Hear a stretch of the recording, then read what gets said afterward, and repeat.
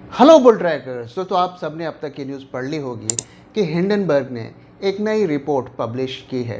तो रात में मैंने अपना जो मेन वीडियो था वो रिकॉर्ड करके एडिटिंग के लिए भेजा था और उसके बाद ये खबर आई। तो मैं इस वजह से ये अपडेट आपके साथ हिंडनबर्ग रिपोर्ट से रिलेटेड शेयर कर रहा हूँ और इसके बाद आप जो हमारा मेन वीडियो है वो देख पाएंगे। तो रात में करीब 11 बजे के आसपास हिंडनबर्ग ने एक नई रिपोर्ट पब्लिश की। उसमें उन्होंने कुछ नए एलिगेशंस लगवाए और उन्होंने बेसिकली अदानी ग्रुप और सेबी चीफ के कुछ एसोसिएशन के बारे में कुछ डॉक्यूमेंट्स पब्लिश किए। उनका ये कहना था कि अदानी के कुछ एंटिटीज़ में सेबी चीफ और उनके हस्बैंड ने इन्वेस्टमेंट किया है। तो उसके कुछ घंटों के बाद उसका खंडन आ गया।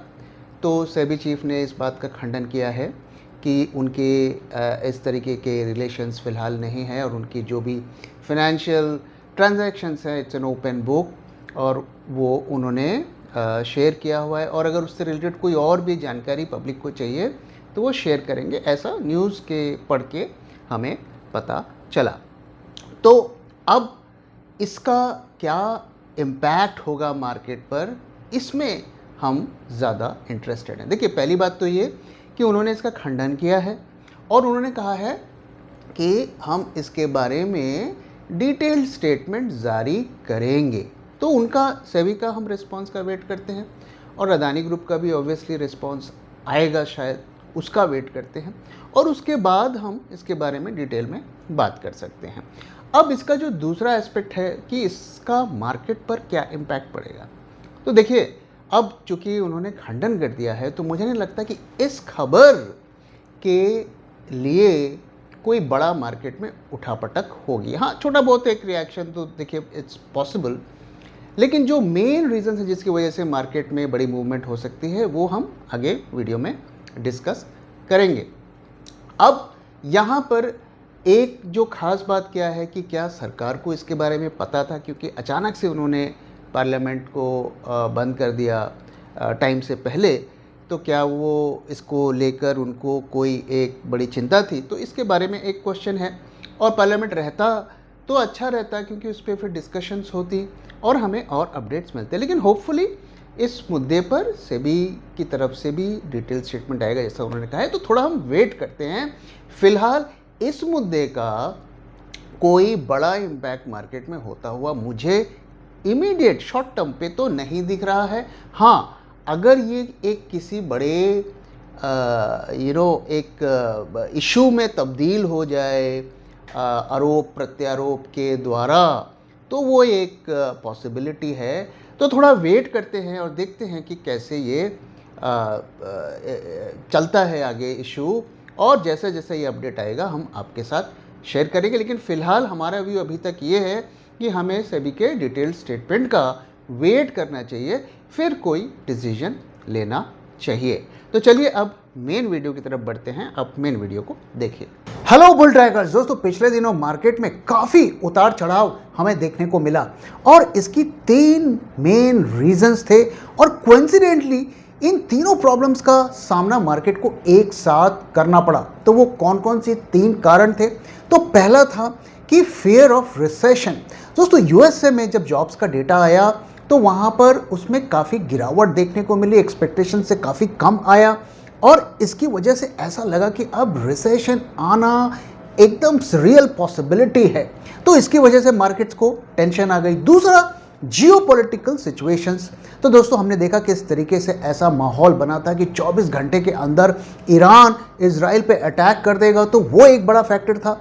लेकिन जो सबसे बड़ा रीज़न था वो था येन कैरी ट्रेड। दोस्तों, अब तक आप सब ने येन कैरी ट्रेड के बारे में बहुत सारे वीडियोस देख लिए होंगे, पढ़ लिए होंगे, तो इसके बारे में भी हम आगे बात करेंगे। लेकिन इन तीनों फैक्टर्स के एक साथ आने की वजह से मार्केट्स में ज़बरदस्त पैनिक आ गया और दुनिया भर के मार्केट्स में हमें भारी गिरावट देखने को मिली। अगर हम जापान की बात करें, जहां से ये क्राइसिस शुरू हुई थी येन कैरी ट्रेड का, तो वहां पर एक ही दिन में निक्केई 16% गिर गया। लेकिन जल्दी ही हमें मार्केट्स में रिमार्केबल रिकवरी देखने को मिली। तो अगले ही दिन हम देखें तो निक्केई करीब 50% यानी कि 8% की रिकवरी भी हमें वहाँ देखने को मिली, और उसके बाद से हमें धीरे धीरे वर्ल्ड मार्केट्स में रिकवरी देखने को मिल रही है। अगर हम इंडियन मार्केट्स की बात करें तो यहाँ पर भी हमें रिकवरी देखने को मिली, तो हम 25,000 से गिर के 24,000 तक आ गए, और इसके बाद 24,000 से हम करीब 24,400 के आसपास है। तो बड़ा झटका लगा मार्केट को, और उसके बाद धीरे धीरे हमें मार्केट में अच्छी रिकवरी भी देखने को मिली। तो कुछ क्वेश्चंस यहाँ पर उठते हैं कि क्या ये जो प्रॉब्लम है ये एक टेम्पररी प्रॉब्लम थी और ये प्रॉब्लम अब खत्म हो गई। दूसरा, ये जो येन कैरी ट्रेड का मामला है, क्या ये खत्म हो गया है, ये दोबारा आने वाला है। और तीसरा, ये जो हमें मार्केट में सडन रैली देखने को मिली इतनी बड़ी गिरावट के बाद, क्या ये शॉर्ट कवरिंग है या एक लॉन्ग बिल्डअप है। तो इन सब चीज़ों के बारे में हम इस वीडियो में बात करने वाले हैं, और साथ ही मैं आगे वीडियो में आपको किस तरीके की पोजीशंस हमारे मार्केट में बन रही है उसकी भी एक झलक दिखाने वाला हूं। तो आइए सबसे पहले रिसेशन की बात करते हैं। तो दोस्तों, जब यूएसए में जॉब्स का डेटा आया और वहां पे जॉब्स में गिरावट अच्छी खासी देखने को मिली, तो ऐसा लगा कि अब तो रिसेशन आना ही आना है। लेकिन उसके बाद कुछ रीसेंट डेटा भी आया जो रिसेशन के फियर को कुछ हद तक कम करता है। वो डेटा क्या है? तो जो जॉबलेसनेस की जो क्लेम है, जो बेरोजगारी भत्ता जिसे हम कहते हैं, उसमें गिरावट देखने को मिली है। तो ये एक पॉजिटिव इंडिकेशन दे रहा है कि ग्राउंड पे सिचुएशन शायद उतनी बुरी नहीं है, ऐसा मार्केट अनुमान लगाने की कोशिश कर रहा है। दूसरा, फेडरल बैंक ऑफ शिकागो के जो गवर्नर हैं, उन्होंने भी रिसेशन के जो फियर है उसको थोड़ा कम करने की कोशिश की है, और उन्होंने कहा है कि हम डेटा पर वॉच लगाए हुए हैं और जैसे ही हमें ज़रूरत पड़ेगी तो हम एक्ट करेंगे। उनका इशारा रेट कट्स की तरफ था, लेकिन उन्होंने साफ ये भी कर दिया कि हम ऐसे सेंटिमेंट्स में बह के रेट कट्स नहीं करेंगे, और जब हमें प्रॉपर डेटा मिलेगा उसके बेसिस पर ही हम डिसीजन लेंगे। जो फेड के चेयरमैन जो भी लगातार यही बात कहते हुए आ रहे हैं। तो इन फैक्टर्स से मार्केट में थोड़ी सी एक जिसे कहते हैं ना कि रिलीफ देखने को मिला है। लेकिन दोस्तों, वहीं दूसरी तरफ काफ़ी इकोनॉमिस्ट अभी भी रिसेशन के फियर को रियल बता रहे हैं कि रिसेशन इज इमिनेंट। वहीं जेपी मॉर्गन, उन्होंने रिसेंटली एक स्टेटमेंट दिया है और उन्होंने कहा है कि by year and recession US में आने की जो प्रोबेबिलिटी है, जिसे वो पहले 25% बता रहे थे, वो अब 35% तक उन्होंने बढ़ा दिया है। यानी कि वो कह रहे हैं कि रिसेशन आने के चांसेस ज़्यादा है बाय दिस ईयर एंड। हालांकि वो परसेंटेज अभी भी काफ़ी कम है, 35% की प्रोबेबिलिटी पर वो प्ले कर रहे हैं। अब इसी से जुड़ा एक और मुद्दा है, वो है रेट कट्स का। तो रेट कट्स, देखिए दोस्तों, मैंने पिछले वीडियो में इसके बारे में डिटेल में बात किया था। तो जो अगली फेड की मीटिंग होनी है वो सितंबर में होनी है, और जिस तरीके की सिचुएशंस मार्केट में दिख रही है, तो काफ़ी कम चांसेस हैं कि फेड रेट कट सितंबर में करेगा, और इसके बाद जो मीटिंग है वो है नवंबर में।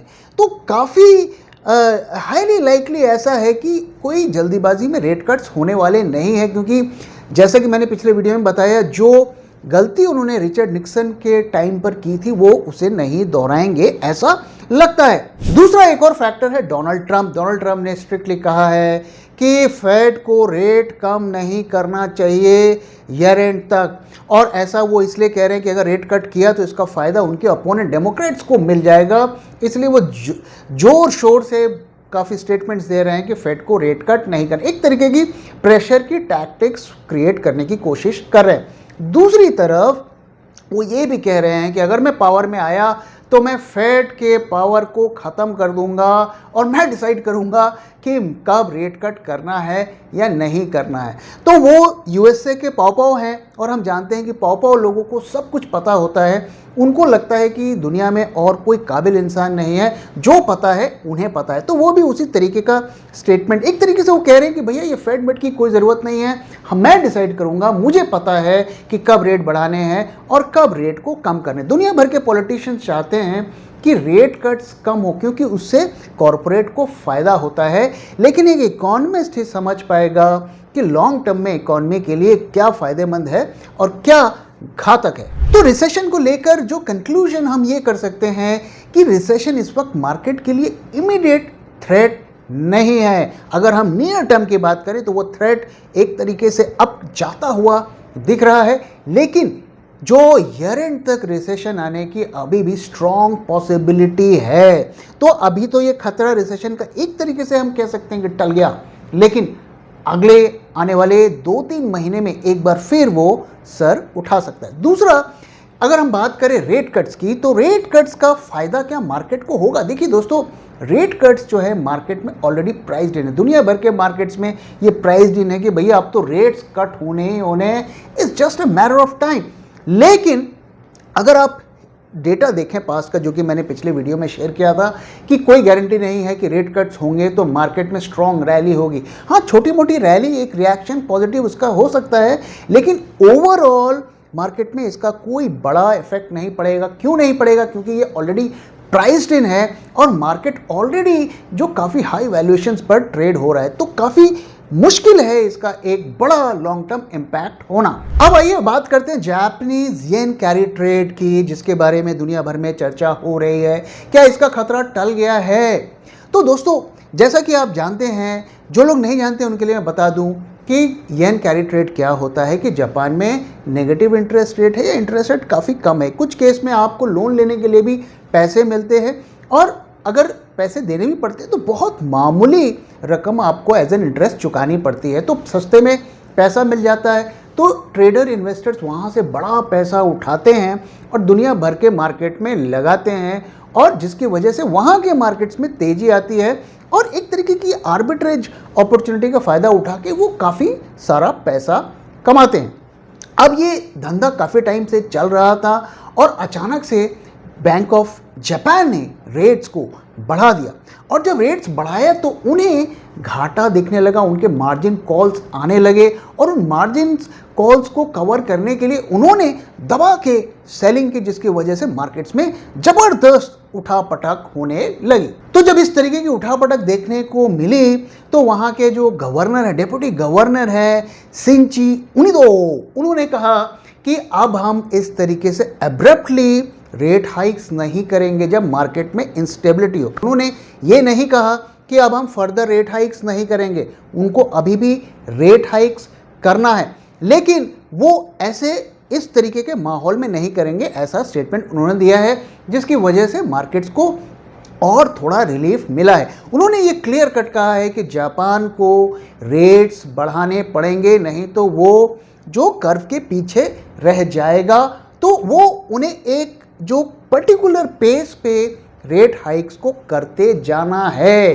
तो इसका क्या इम्पैक्ट है? जापान अगर इस तरीके से रेट हाइक्स करता जाएगा तो क्या होगा? वर्ल्ड को जो सस्ता पैसा मिलता था, यहाँ तक कि इंडिया में जो दिल्ली मेट्रो टाइप के प्रोजेक्ट में भी जापानीज़ का पैसा लगा है, क्योंकि वहाँ पर उन्हें कोई इंटरेस्ट नहीं मिलता है, तो वो इस तरीके के प्रोजेक्ट्स में भी इन्वेस्ट करते। तो एक तो उसका इम्पैक्ट पड़ेगा, और दूसरा, जो ये अंधाधुंध मार्केट्स बढ़ रहे थे, दुनिया भर के मार्केट्स में जापानीज़ का भी पैसा लग रहा था, वो अब थोड़ा जाना कम हो जाएगा। तो ओवरऑल जो ये येन कैरी ट्रेड के कम होने से वर्ल्ड मार्केट्स की ग्रोथ पर डेफिनेटली इसका इम्पैक्ट पड़ेगा। अब कितना पड़ना है नहीं पड़ना है वो हम देखना है। तो अब ये जो येन कैरी ट्रेड थे, ये क्या सारे कवर हो गए? तो जेपी मॉर्गन ने इसके बारे में कहा है कि 75% जो कैरी ट्रेड्स हैं येन जापानीज मार्केट के, वो कवर हो गए हैं, यानी कि 25% अभी भी सिस्टम पे हैं। अब आइए जियोपॉलिटिकल सिचुएशन की बात करते हैं। तो दोस्तों, जियोपॉलिटिकल सिचुएशन एक चेस गेम की तरह होता है। लोग अपने अपने मूव्स को कर रहे हैं और फूक फूक कर कदम उठा रहे हैं। तो अब फिलहाल अब वॉर की बात नहीं हो रही है, ईरान के अटैक की बात नहीं हो रही है, क्योंकि कई सारे वर्ल्ड लीडर्स इस खेल में उतरे हैं और उन्होंने फिलहाल मामले को शांत कर दिया है। लेकिन ये जो कॉन्फ्लिक्ट है, इसकी जड़ें अभी ख़त्म नहीं हुई हैं, और मार्केट को जो सबसे बड़ा खतरा है वो ये जियोपॉलिटिकल सिचुएशन से है। कब, कहाँ पर, किस तरीके से जो एक नया कॉन्फ्लिक्ट शुरू हो जाएगा और इसका जो सीधा इम्पैक्ट जो क्रूड पे और वर्ल्ड की इकॉनमी पर पड़ेगा। और अगर ऐसा हुआ तो ये जो रेट कट का हम सपना देख रहे हैं वो भी पूरा नहीं होगा। तो मेरे हिसाब से मार्केट में सबसे बड़ा जो लॉन्ग टर्म रिस्क है वो ये जियोपॉलिटिकल सिचुएशन है, तो इस पर हमें नज़र बनाए रखनी है। क्या आप एक HNI हैं और आप एडवांस स्ट्रेटजीज सीखना चाहते हैं, ऐसी स्ट्रेटजीज जिनकी मार्केट के डायरेक्शन पर डिपेंडेंसी ना हो, यानी कि आपको ये प्रेडिक्ट ना करना पड़े कि मार्केट ऊपर जाएगा या नीचे जाएगा। क्या आप ऑप्शंस की ऐसी स्ट्रेटजीज सीखना चाहते हैं कि अगर आपकी पोजीशंस लॉस में आ गई तो आप उसमें एडजस्टमेंट करके उसे प्रॉफिट में कन्वर्ट कर सकें? अगर आप ये सब सीखना चाहते हैं और इसी तरीके की एडवांस्ड FNO स्ट्रेटजी सीखना चाहते हैं तो आप ज़रूर हमारे 2 दिन के बिग ट्रेडर्स समिट ज्वाइन करें, जो कि कोलकाता में होने वाला है 28 और 29 को होटल नोवोटेल में। और ये होटल एयरपोर्ट से सिर्फ 15 मिनट्स की दूरी पर है। इस प्रोग्राम में न सिर्फ क्लासरूम की क्लासेस होंगी, इसके अलावा बहुत सी इनफॉर्मल फ्रेंडली डिस्कशंस भी होंगी, जहाँ पर आप बहुत सारे टिप्स टेक्निक्स भी सीख पाएंगे और कंटिन्यूसली हमारे साथ इंटरेक्ट कर पाएंगे। और एक बार ये इवेंट ख़त्म होने के बाद भी आपसे हमारा कनेक्शन बना रहेगा, क्योंकि ये ऑनलाइन क्लासेस होंगी, उसके बाद उसके थ्रू भी आप अपने डाउट्स क्लियर कर पाएंगे और साथ ही कम्युनिटी का भी सपोर्ट होगा। तो आइए मैं क्विकली आपको दिखाता हूं कि किस लेवल की स्ट्रैटेजीज का वहां पर हम डिस्कशन करेंगे।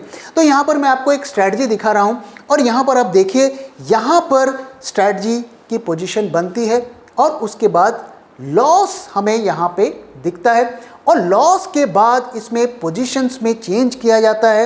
यहाँ पे आप देख सकते हैं कि क्वांटिटी में बदलाव होता है और इसके बाद स्ट्रैटेजी धीरे धीरे धीरे धीरे प्रॉफिट जोन में आ जाती है। तो अगर आप यहाँ पर इसका परफॉर्मेंस देखें तो किस तरीके से इसके बाद इसने पीछे मुड़ के नहीं देखा और लॉस से स्ट्रैटेजी प्रॉफिट में कन्वर्ट हो गई। तो इसी तरीके कई सारी स्ट्रैटेजीज हम वहाँ पर डिस्कस करने वाले हैं। तो अगर आपको इस प्रोग्राम से रिलेटेड कोई भी जानकारी चाहिए तो feel free to contact us और मैं आपसे मिलूंगा कोलकाता में। तो अब आइए दोस्तों, मैं आपको जो किस तरीके की हमारी मार्केट में पोजीशन बनी हुई है उसकी एक झलक दिखाता हूं कि किस तरीके से ट्रेडर्स ने पोजीशन बनाई और उसके बाद उन्होंने ये जो फॉल आया था, जो वोलेटिलिटी आई थी, उसमें किस तरीके से पोजीशंस बनाई। तो इससे हमें ये अंदाज़ा लगेगा कि इस वक्त ट्रेडर्स की किस तरीके की पोजीशंस हैं। तो दोस्तों स्क्रीन पर आप चार्ट देख रहे हैं, तो इसमें 2 चार्ट मैंने आपको शेयर किया है। पहला निफ्टी फ्यूचर्स OI का और दूसरा निफ्टी TCR का। तो अगर हम निफ्टी फ्यूचर्स के चार्ट को देखें तो इसमें 2 लाइनें आपको दिख रही होंगी। जो ऑरेंज लाइन है वो फ्यूचर्स की OI को रिफ्लेक्ट करता है और जो ब्लू लाइन है वो निफ्टी के प्राइस को रिफ्लेक्ट करता है। तो अगर हम यहाँ पे देखें तो हमें क्या देखने को मिल रहा है, अगर आप देखिए 18 जुलाई से लेकर शॉर्ट पोजीशंस में बिल्डअप होता है फ्यूचर्स मार्केट में और वो करीब करीब 24-25 तारीख तक चलता है। और इसके बाद जब मार्केट में एक रैली आती है तो वो पोजीशंस कैरी होती हैं और अब जाके वो यहाँ पर OI में हमें अनवाइंडिंग देखने को मिल रही है। वहीं अगर आप 18 जुलाई से देखें तो जो पुट कॉल रेशियो है वहाँ पर भी ड्रॉप हो रहा था, यानी कि क्लियर कट है कि जो शॉर्ट पोजीशंस बनाई गई वो अभी तक पूरी तरीके से कवर नहीं हुई हैं। तो कुछ हद तक जो फ्यूचर्स की शॉर्ट पोजीशंस हैं वो कवर हुई हैं, अच्छी खासी हुई हैं, लेकिन पूरी तरीके से नहीं हुई है। वहीं अगर आप पुट कॉल रेशियो को भी देखें तो पुट कॉल रेशियो में भी राइज तो हो रहा है, लेकिन अभी तक वो अपने पुराने लेवल तक नहीं पहुंचा है। तो इसका समरी क्या है? समरी ये है कि जो शॉर्ट पोजीशंस बनी थी उसमें काफ़ी हद तक जो स्क्वायर ऑफ कर लिए गए हैं, पोजीशंस को क्लोज कर ली गई हैं, लेकिन पूरी तरीके से शॉर्ट्स अभी तक क्लोज नहीं हुए हैं। सिस्टम में अभी भी शॉर्ट्स बने हुए हैं। इसलिए हम ये कह सकते हैं कि खतरा अभी तक पूरी तरीके से टला नहीं है। एक राउंड की सेलिंग और हो सकती है, अब वो कितनी बड़ी होगी छोटी होगी ये हम नहीं कह सकते। तो खतरा कब तक बना रहेगा? जब तक हम न्यू हाइज पर नहीं पहुंचते और वहां पर सस्टेन नहीं रहते, तब तक हम ये नहीं कह सकते हैं कि पूरी तरीके से खतरा टल गया है। तो दोस्तों इसी के साथ मैं इस वीडियो को यहाँ पे खत्म कर रहा हूँ। वीडियो कैसा लगा जरूर बताइएगा और अपना फीडबैक भी शेयर करना मत भूलिएगा। Thank you very much for your time and thank you for watching.